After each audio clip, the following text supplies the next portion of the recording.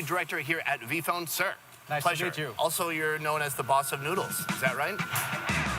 This is just one of VPhone's warehouses, responsible for distribution to the north side of Vietnam. Oh, and 100 other countries around the world. How many packages of noodles do you think you make in a year? In the billions. Billions. What you see here is the result of over 50 years of history and non-stop innovation in the field of instant noodle production. Here, they've taken Vietnam's favorite street food flavors like bún bò Huế, hủ tiếu, and beef pho and cleverly transformed them into affordable instant versions. But let's not forget that one special product that started it all: Two Shrimps Instant Noodles. Here we are. Here we are. We're all bundled up. We're safe. What do I do if I have to pee? So this is a factory where you're making noodles. But what noodles in particular are you making? Mì Hai Tom noodles. It's a classic Vietnamese taste. The base for these noodles is wheat flour that's mixed with water to create the dough. The dough starts rough and coarse, but begins to smooth as it passes through several compound dough sheeters, kneading the dough until it has a consistent texture and the perfect thickness for this type of noodle. Then it passes through a roll slitter, a cylinder specially designed to cut the exact shape and thickness of the noodle.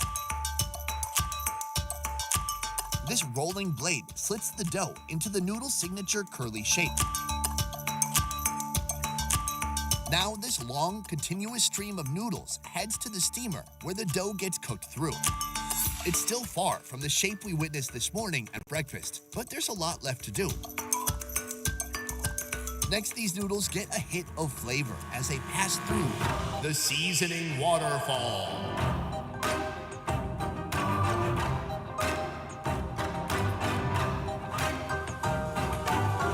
Now this long, unruly strand of noodles is finally cut into exact portions.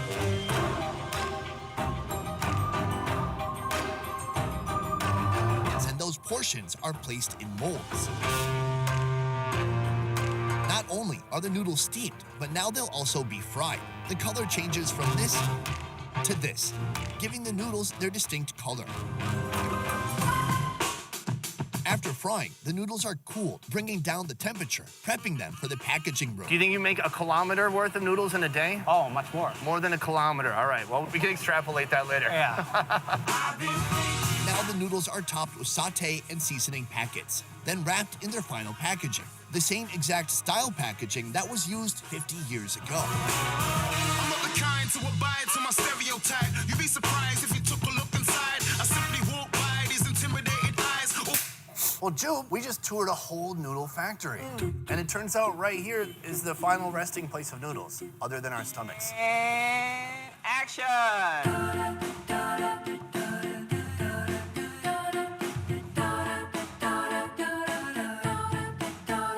I should also say, it is the basic noodle. Nothing glamorous here. I think I found one piece of one scallion. It's a nice scallion. I think we should, we don't want it to get oversaturated. That's the problem. Yeah, it will soak in a lot of water and like not tasty anymore.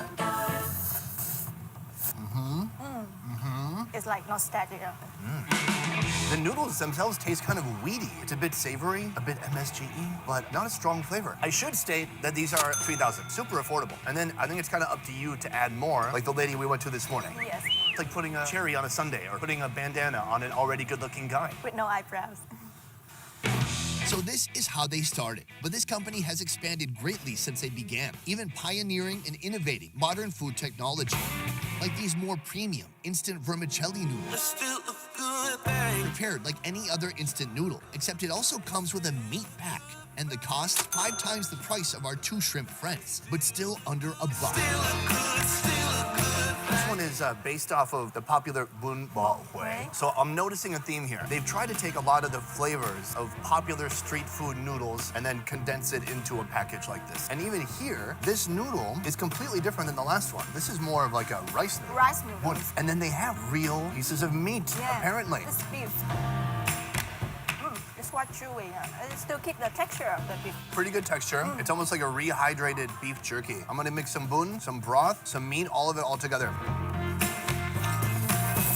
The The texture of the noodle is chewier than the fresh noodles. Right, they have a noodle here that you have to kind of rehydrate. So it's not like a fresh vermicelli, but it's pretty close. But the flavor overall I think is quite good. You know what's interesting though? Probably for twice the price, you could probably get a real bowl of bún bò Huế on the street. Yeah, exactly. So that's like quite a challenge that they're up against. But aside from bún bò Huế, they have hút tiêu, and the next one we're gonna try, pho.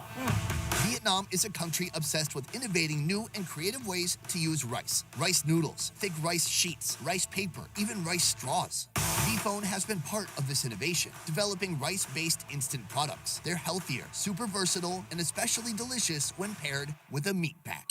The meat pouch is produced with the same technology that produced food for astronauts. I like that, space technology. What you see here is the iconic Vietnamese pho, mass-produced at an unimaginable scale, and we are part of the fortunate few who have been granted access to see the process in person. Well, us and all of you watching. First, the rice is cleaned and soaked in water until it becomes soft. This bucket elevator also helps remove unqualified grains. The survivors all fall into a grinding machine that we're not allowed to show you. But between you and me, the grinding machine. Choose Southern Federal as your Texas power provider. Have fantastic low rates. Right now, get up to $50 in bill credits when you switch to SoFed. If you're ready to move or switch, put SoFed on your list. Southern Federal Power, a Texas power supply company. I know what a better world could be like. Is that the mission you were going on about? It's not fun watching you throw yourself at danger. Could be fun. You don't want more violence. There's always more.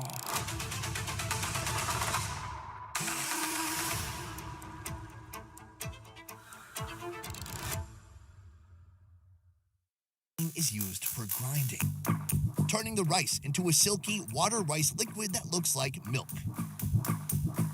That rice liquid is pumped into a trough where a roller picks up a thin layer and spreads it evenly over a white mat conveyor belt where it disappears into a steamer. We can't show you the steamer, but between you and me, the steamer steams the rice sheets. I noticed the shooting here is a bit restrictive. Why is that? We are the first company in Vietnam to produce this, and we came up with the technology. I'm really sorry that we couldn't show you more. This is known as bun pho, or a rice noodle sheet. From here, the rice sheet is cut, dried, portioned, and set en route to the packaging area. Here, the noodles are met with seasoning packs that descend from the heavens, then plop perfectly on top. Awaiting their final wrapper.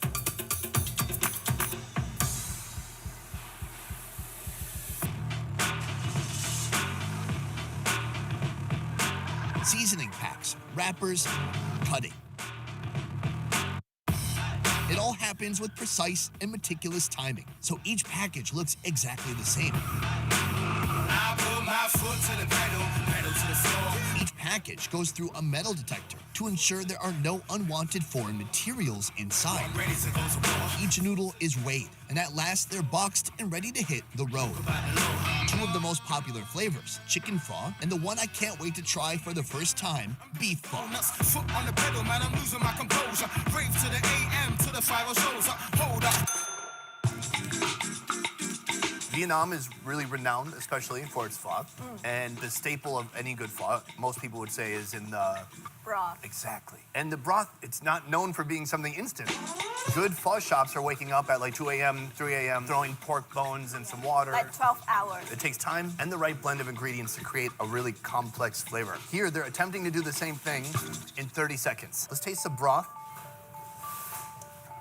I taste the cloves, I taste the star anise, I taste the pepper. Maybe because pho is my favorite food, so I expect more than that. Oh, I'm not saying it's exactly like the street, but the traces of the staples of pho are still there. Yeah, I think they've done a pretty good job. Pretty good. Yes. Let's try out these noodles.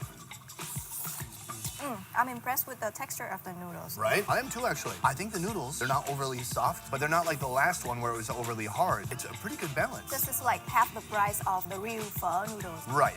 And again, that's a challenge. But if you're in a pinch, if you're in a quarantine, or if you're just hungry in your dorm room. It's a very good alternative. If you were to add a step to suggest a way to make it a little better. A separate package of fresh herbs, dry fresh herbs. Oh, right. That is the element that's missing. Because usually you would have fresh basil, mint, coriander. Yeah, exactly. Maybe they'll take that feedback and we'll see that soon. Factory food is food trying to find a balance between quality and affordability.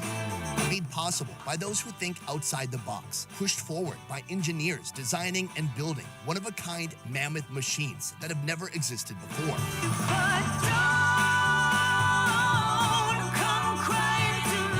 Our Factory series continues as we take a closer look inside one of Asia's busiest sausage factories. It's smoking on a scale like you have never seen before. Learning how to maintain quality See? High safety standards. while pumping out millions of meat pounds per year. Whoa, that's more meat than I could eat in a decade. So invite the boys over and order a Meat Lovers. This is gonna be sausage overload.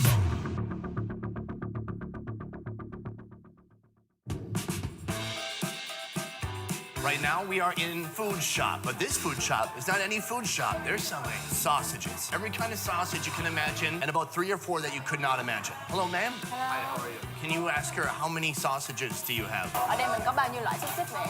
Back for more factory food fun. Friend of the show, Jup. So they have 5 main types of sausage here. 5?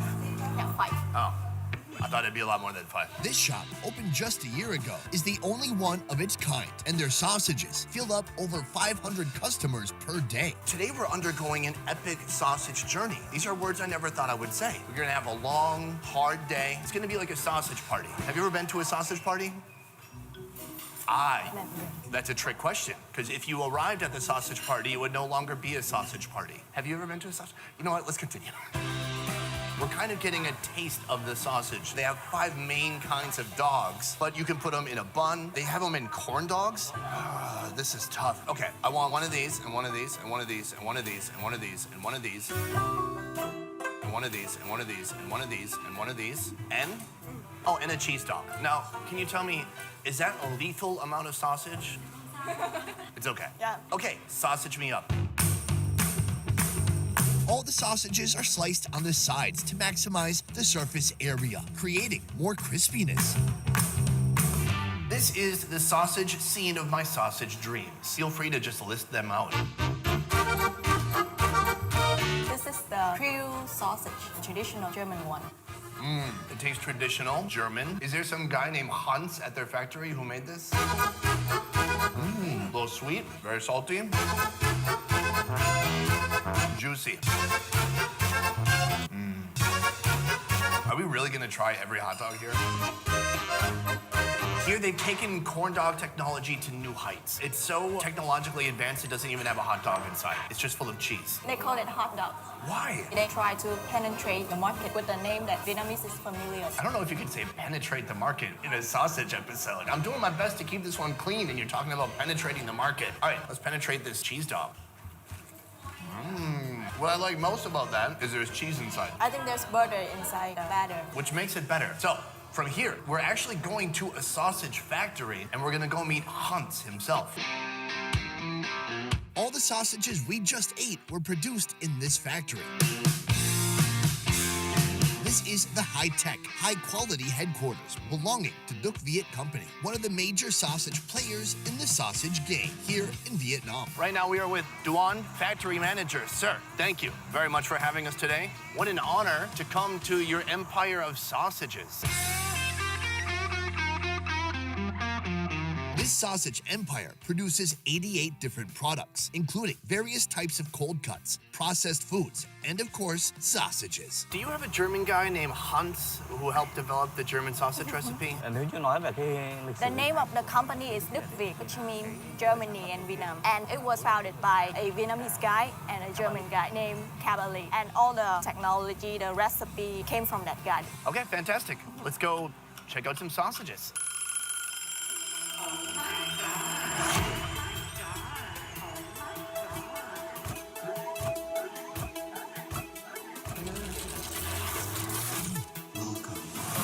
won? Is that you? Okay, good. I just want to make sure we got the right guy. Every time I look around, I lose you. We've entered the factory. It's much colder than I expected, but that makes sense. Right now, we're in the mixing room. Here, the cold working environment keeps the bacteria in check. It also helps preserve the meat textures while they're being mixed. This machine I'm standing next to, what do you call this? Yeah, this is a mixing machine. Oh, that's it? Yeah, that's it. I thought it would have a more epic name. I would call it like Hercules or King Kong, but that's okay. This behemoth of a mixing machine has one sole purpose: blending together tons of meat and transforming it into delicious meat gloop. Have you ever had a person fall in there? I love the look of you don't want to translate it. It's a fair question. I think a lot of people are wondering, have you ever had a person fall in and get ground into sausage? À, không, cái này nó đảm bảo an toàn. No one has ever been hurt from this machine. I'm glad we asked that. Now we know. Every hour, more than 2.5 tons of meat and fat go through this machine. With the meat gloop now perfectly gloopy, it's ready for the next step. The next step in this sausage-making journey is the stuffing.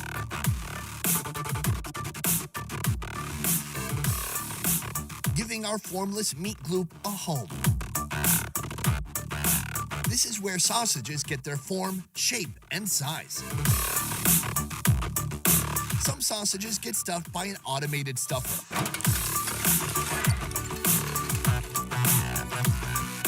Where do I buy a machine like that?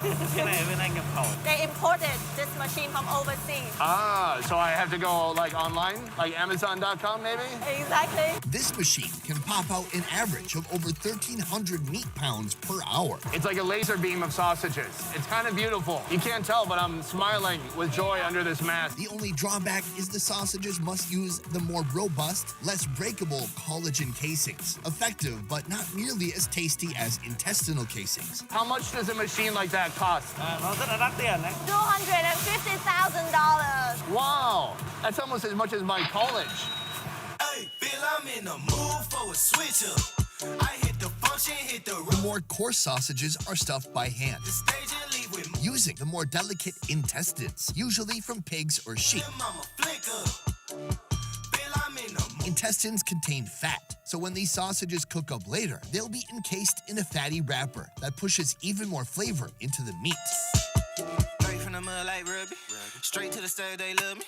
After these sausages are stuffed, expert meat handlers skillfully string the meat sticks on a steel rod and hang them from a cart. Came in with the what's that? Left out with the who she. This cart doubles as a vehicle and a cooking rack. When it's full, they hitch a ride to the steaming room.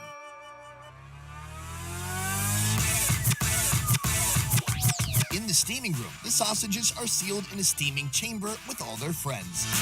Here, they get steamed for around 20 minutes. This cooks the sausages all the way through and kills any remaining bacteria. After that, they get smoked for an additional 15 minutes. This adds another layer of rich, smoky flavor.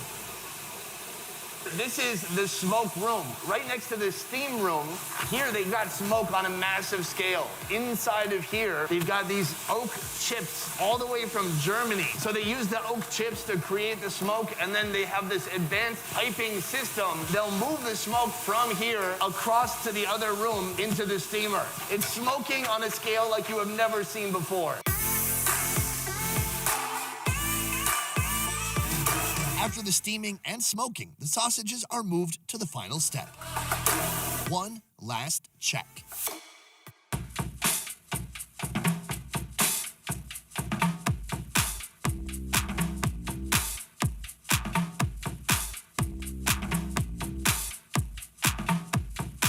So right now we're in the packaging room, and here, one of the most amazing machines I've ever seen.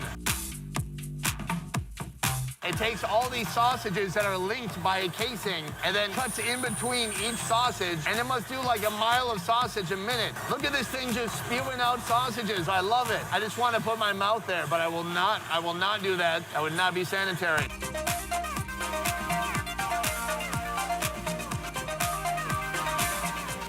So we have finally made it to the end of the sausage making process.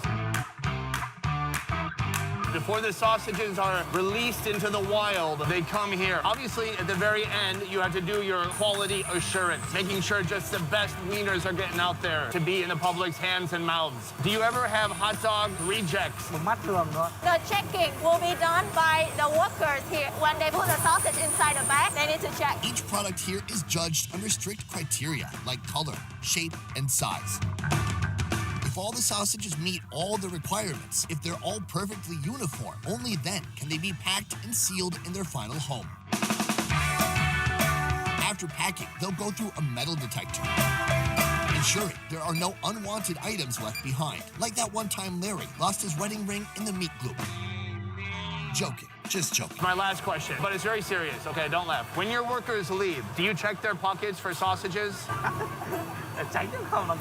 They don't bring it home, but they usually like hiding somewhere in the factory and eat the sausage. Well, it's almost irresistible. That steaming room smells delicious, so I get it. All right, thank you so much for your time. A riveting experience, so cool. After winning the golden ticket to this sausage factory dreamland, I'm ready to get out into the real world and witness how everyday folks are using these products in their own street food creations. So, Juke brought us here. Sin Chow Ji.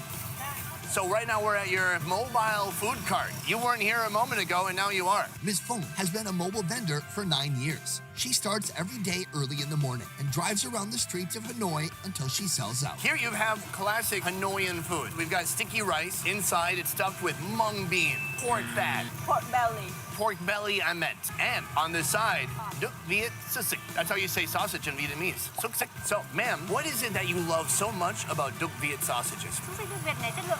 The quality of the sausage from Đức Việt is very good, and also our customers really like this type of sausage. Well, I can't wait to try it out. Thank you so much.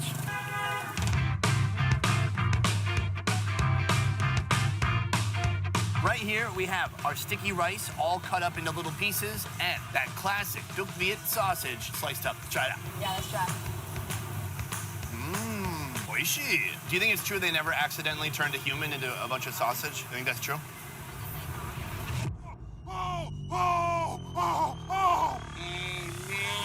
I don't know. You're questioning it, right? Yeah. I don't know. You seem confident in the factory, but you never know. So, the perfect pairing. She's fried up the sticky rice. It's become crunchified on the outside, and you can see the inside layer. Oh, that's a nice piece of pork belly. The outside is crunchy from the sticky rice, but inside it's just kind of a smooth, somewhat savory, but pretty mild mashed potato feeling. And then you gotta pair that with the very salty, hot dog. Is it a sausage or a hot dog? Now I don't know. I've been in Asia too long. My wiener meter is all off. Either way, let's go back to Ho Chi Minh City and see sausage culture there. From Hanoi, we're heading south to Saigon for one last treat. Here, Ms. Lei has been attracting crowds with her creative take on sausages since she was 15 years old. She calls it bread and hot pan with full toppings. The name might need work, but the food does not. It starts with a sunny side up egg. Oh, sorry, I mean a sunny side up egg. She whips another egg with chili sauce. Next, onions, canned mackerel, scissored sausage, and my favorite, her insanely crispy sausage. Toss on some processed Laughing Cow cheese and a lethal dose of soy sauce. Time to eat. We've teleported all the way to Saigon, where they have another wonderful use of sausages. Here, we've got some banh mi. She's toasted this, cut it up. I'm gonna put cheese on this one. A little bit of egg yolk. Oh, that's nice. And then some sausage. Bing bong. This is exactly my kind of eat. What do you like about it? Everything is very balanced. I don't like bacon, but I like this kind of fried sausage. How do you not like bacon? Did you have a pig as a pet when you grew up? No, my pet was a fish. Okay.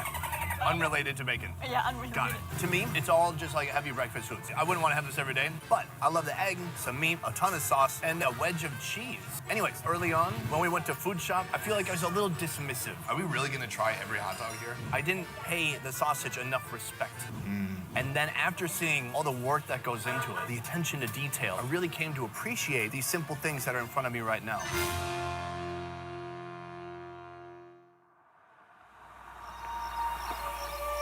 Japan.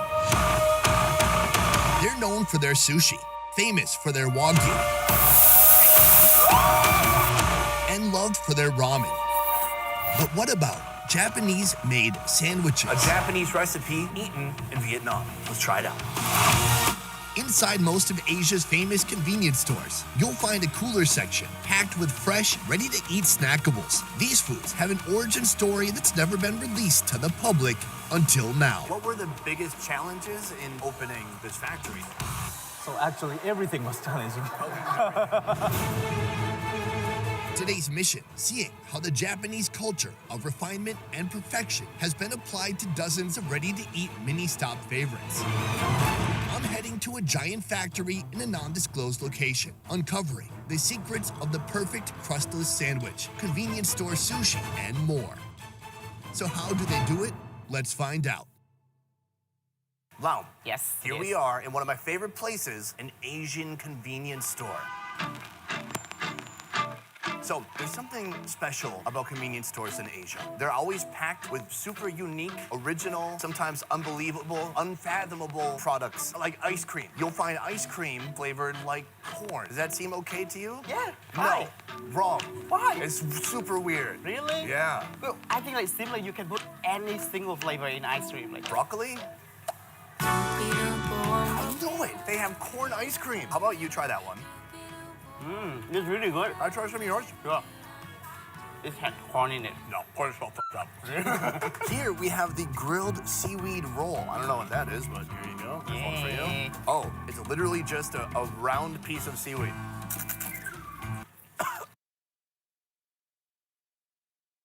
McDonald had a daughter.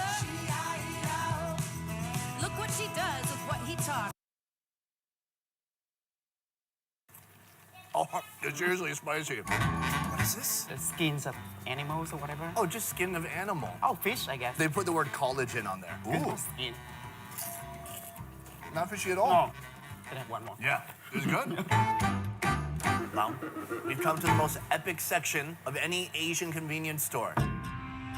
The refrigerator, holding all the fresh items brought very recently. We've got sandwiches, noodly items. Sushi also? There's sushi Yeah. here, and even kimbap, originally known as onigiri. Do you ever wonder how this stuff got here? Maybe it distributed from different factories around. They got to make a lot of sandwiches in one day, right? Sure. If only we could discover where all this delicious food really came from. That's gonna be really awesome.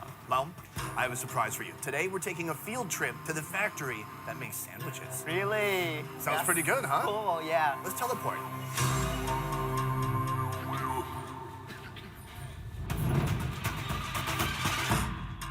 Mr. Serizawa, Takaya, Nice to meet you. thank you so much for having us today.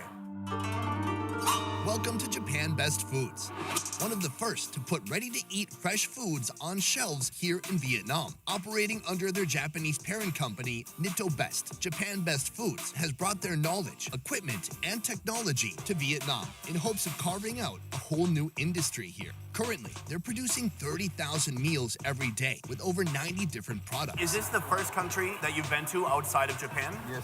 Is that right? So why did you choose Vietnam and not Thailand or some other country?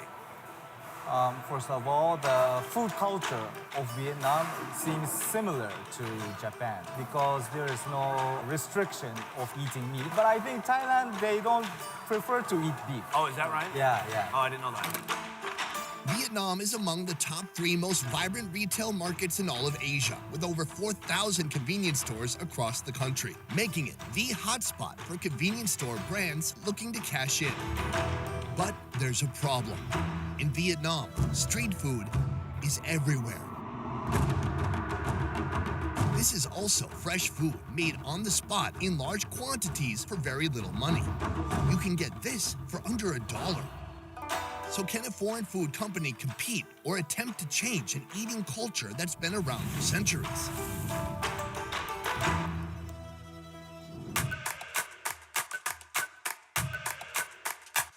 This factory's production line includes every step of the food-making process: cooking, mixing, assembling, and packaging. Beyond production, they also run an ambitious research and development program. in this room. They invent and develop new products almost daily. More on that later. Mr. Takaya, yes. While we're in the factory, we're gonna talk about two main foods that I see all the time. One is a sandwich. Yes. We'll talk about that later. The other one is kimbap, but in Japanese it's called onigiri. Onigiri, yes. Which country invented that? It's from Japan. Really? Would Korean people agree with that? I hope so.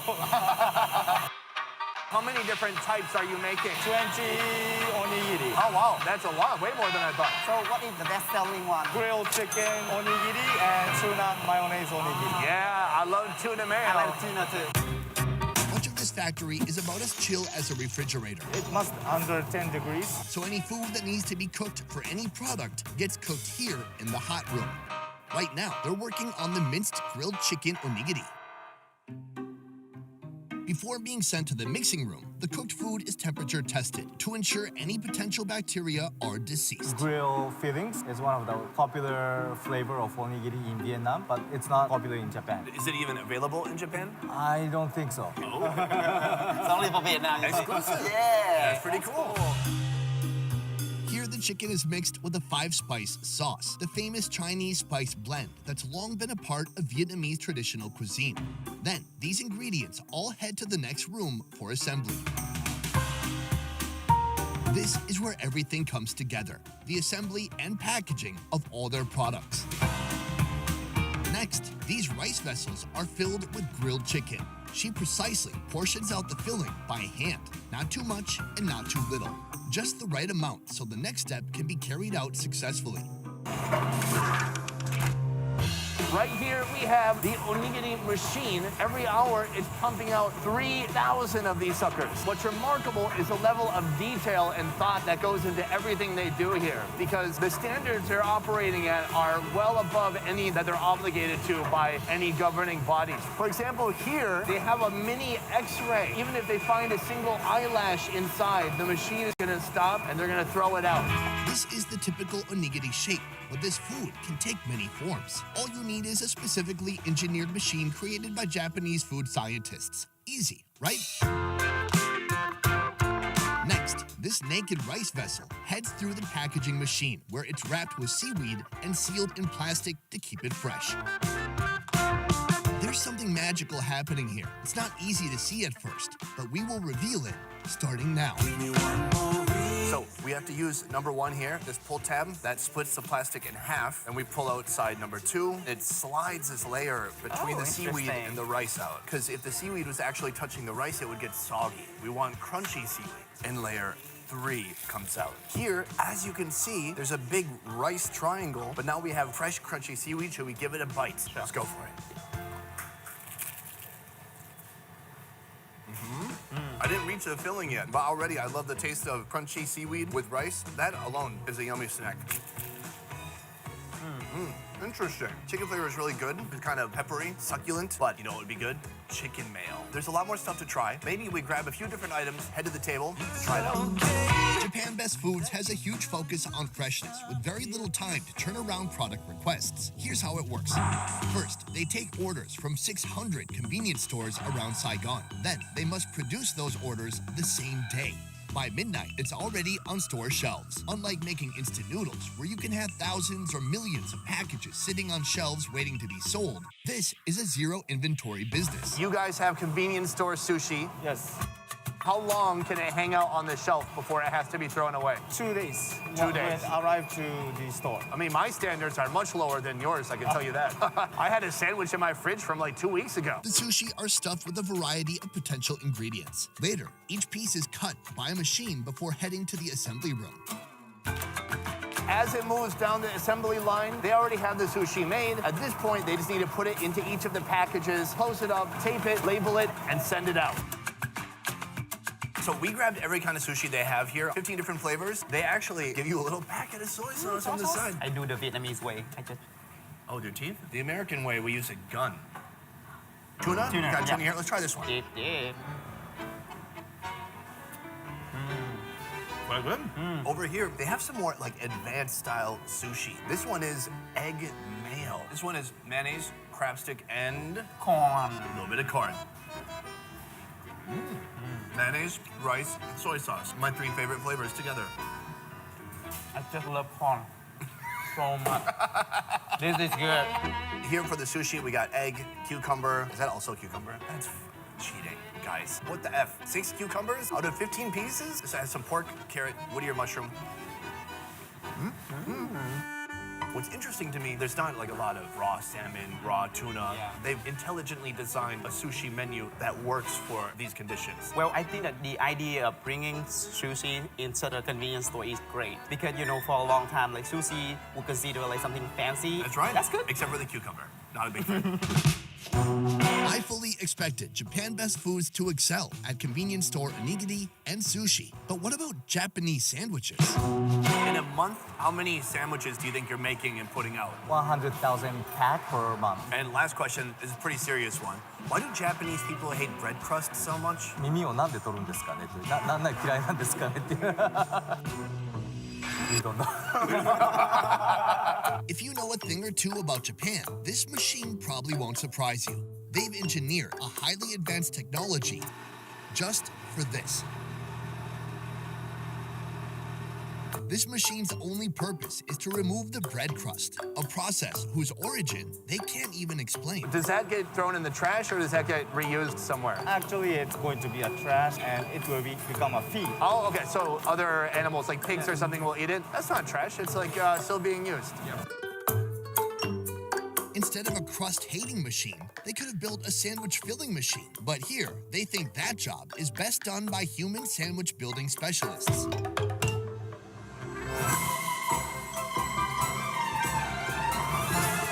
The sandwich marches down the conveyor belt as it goes from concept to being. Each specialist adds a new layer of flavor or an ingredient until the product becomes whole and self-actualized. All these ingredients were recently brought together in the mixing room, like this egg salad made with diced up hard-boiled eggs and tangy mayonnaise. Or this tuna salad, tuna mixed with tangy mayonnaise. Or, well, just about anything else you could imagine mixed with tangy mayonnaise.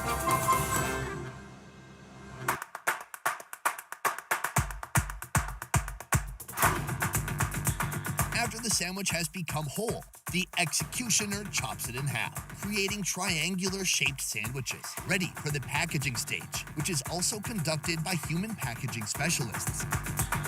The sandwich is stationed in its final resting place and put back on the conveyor belt, awaiting the next step, where it'll get sealed up and labeled.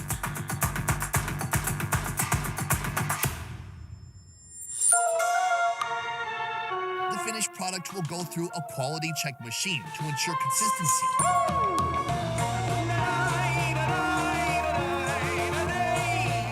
I like that. Me too. There's a little bit of onion, lots of mayo, and plenty of fake crab legs. But the bread itself is really so soft. soft. It's the type of bread that just gets stumped to the roof of your mouth. Tuna with mayo and your favorite, corn. Yep. You're into cornography. Sorry, so they have the tuna, they have grilled chicken, and then the pinnacle of convenience store sandwiches, especially when it comes to Japanese people making them, the egg salad sandwich.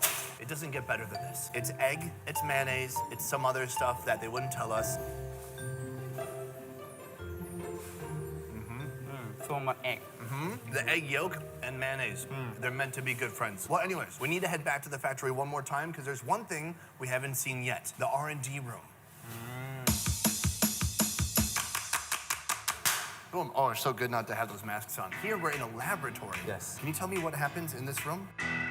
We are doing the microbiological test in this room, such as new ingredient, and our final products are randomly tested every day. If something's not meeting the standard, then what do you do? We have to stop our production, shipment, and collect before it is delivered to our store. Right now, we're in the room that I'm most excited for. This is the R&D department. Yes.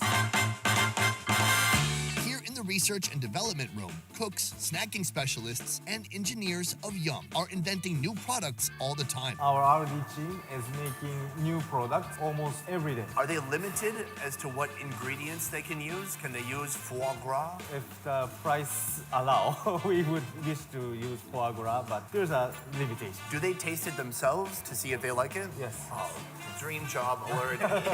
This is not an easy challenge, as the food must still hit certain price points, meet health standards, keep its shelf freshness, and oh yeah, it's still gotta taste good too.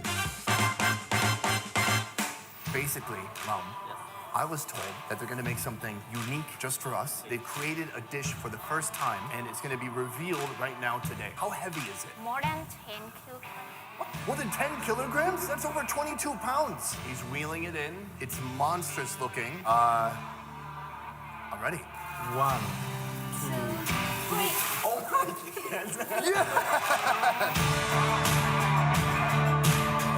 Wait, hold on. I think that's me. Yeah. A red crab bandana. There's a bit of a receding hairline. That's me. Too much eyebrow. Guys, this is the best day of my life.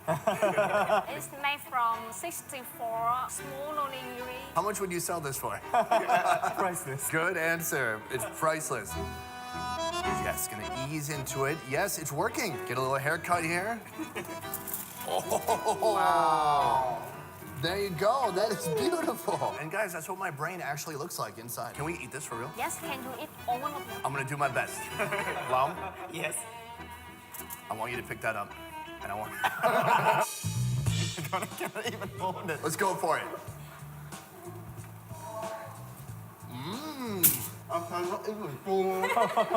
You did some damage there. You got through. Can you say what? I don't know what you're saying for sure, but I feel it. Here, let me try another bite. Oh. That one is fried rice. It's gonna take at least 15 minutes to eat. Wow, that's a big bite. Oh, I'm pretty full. Highly recommended. 5 out of 5. I like it. I'm full of rice. Maybe I can wrap it up and bring it home. Guys, thank you so much. Thank you. What an honor to be able to eat my own head. And I just want to say thank you so much for your generosity. You're so generous to let me eat half of your hair. Every food you see here, all the steps and processes are largely the same as what you'd see in Japan, where this industry was created and perfected. Japan Best Foods isn't trying to compete with Saigon's bustling street food scene. They're creating a different, new experience altogether. Today we're following one certain kind of bun. What is that? So he will introduce us a porcupine. Porcupine. Yeah.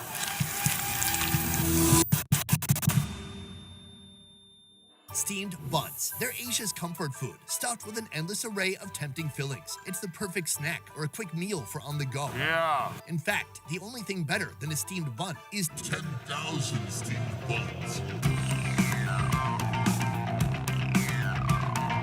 Today's mission, breaking into one of Asia's most productive steamed bun factories. Here, we're getting a rare look at how these beauties are made behind the scenes. Some are savory, some are sweet, and they're all stuffed full of the same thing dreams are made of. Smells good. So how do they do it? How do they create heavenly mouth pleasure on an epic scale? Have you ever seen cooking on this level? No, never. It's wild. I love it. Let's find out. But first, a quick history lesson on these dreamy, steamy snacks. The origin of this creation dates back to long ago in China. Through generations of migration throughout Asia, the dish became widespread. In fact, many Asian countries seem to have their own take on the steamed bun. The steamed bun, known locally as bun bao, has been in Vietnam as long as anyone can remember. 30 years ago, this man started his own buns business, taking the entire industry to the next level. Right now we are at Top Fat Factory, and you, sir, are the CEO of Dumplings. Nice to meet you. Meet the man himself, Mr. Tall. Everything you see here all began at a humble alleyway dumpling stall. He and his wife sold pork dumplings, and that's it. Now, this steamed bun behemoth stretches 22,000 square meters, employing hundreds of locals. In one day, how many dumplings do you think you're making? 100,000 products. 100,000. Yeah. Oh my gosh. All this wouldn't be possible without Mr. Taw's entrepreneurial vision, applying new technology to the old traditional method of processing dumplings. These days, they're maintaining the classics while innovating a whole new line of sweet and savory flavors. Salty eggs, bird egg, pork, or sometimes have more.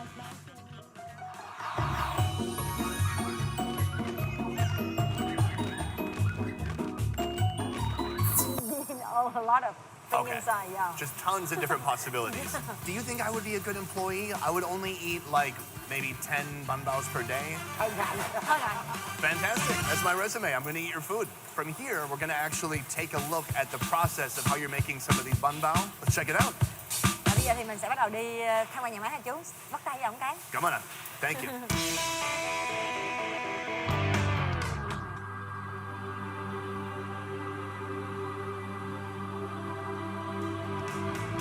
Creating the perfect steamed bun is no joke. It involves long, meticulously engineered processes, hard work, and pinpoint execution, from preparing raw ingredients to mixing and packaging.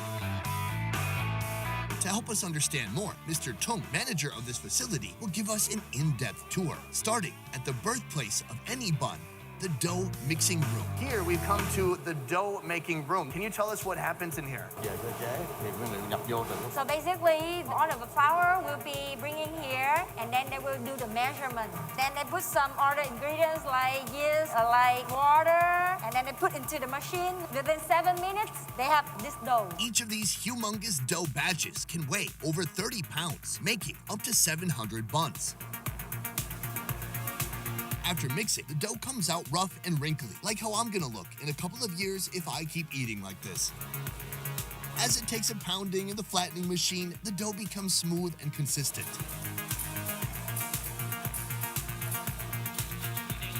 Next, the dough will be divided into equal portions using this machine. Then it's flattened again as it patiently awaits its filling.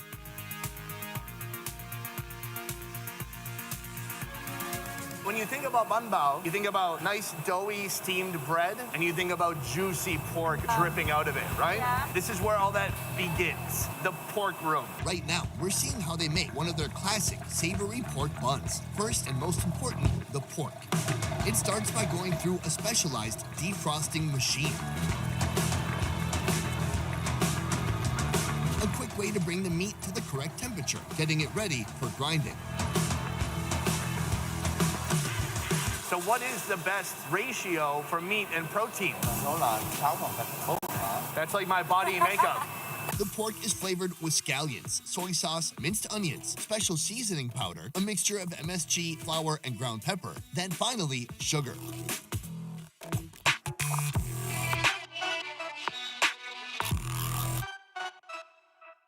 On the assembly line, a massive team of dumpling do-gooders swarms around a conveyor belt to assemble the dumpling ingredients. The pork is divided into smaller portions, then manually placed inside the dough. The team takes turns also adding salted egg, quail egg, and a piece of chasu pork. Everybody here, about 10 people, are grabbing it and kind of cinching it closed. And then from here, it's gonna actually head to the steamer. Oh man, all this raw pork is making me hungry. Way more than it should be. After steaming, the buns are packaged, ready to hit the road.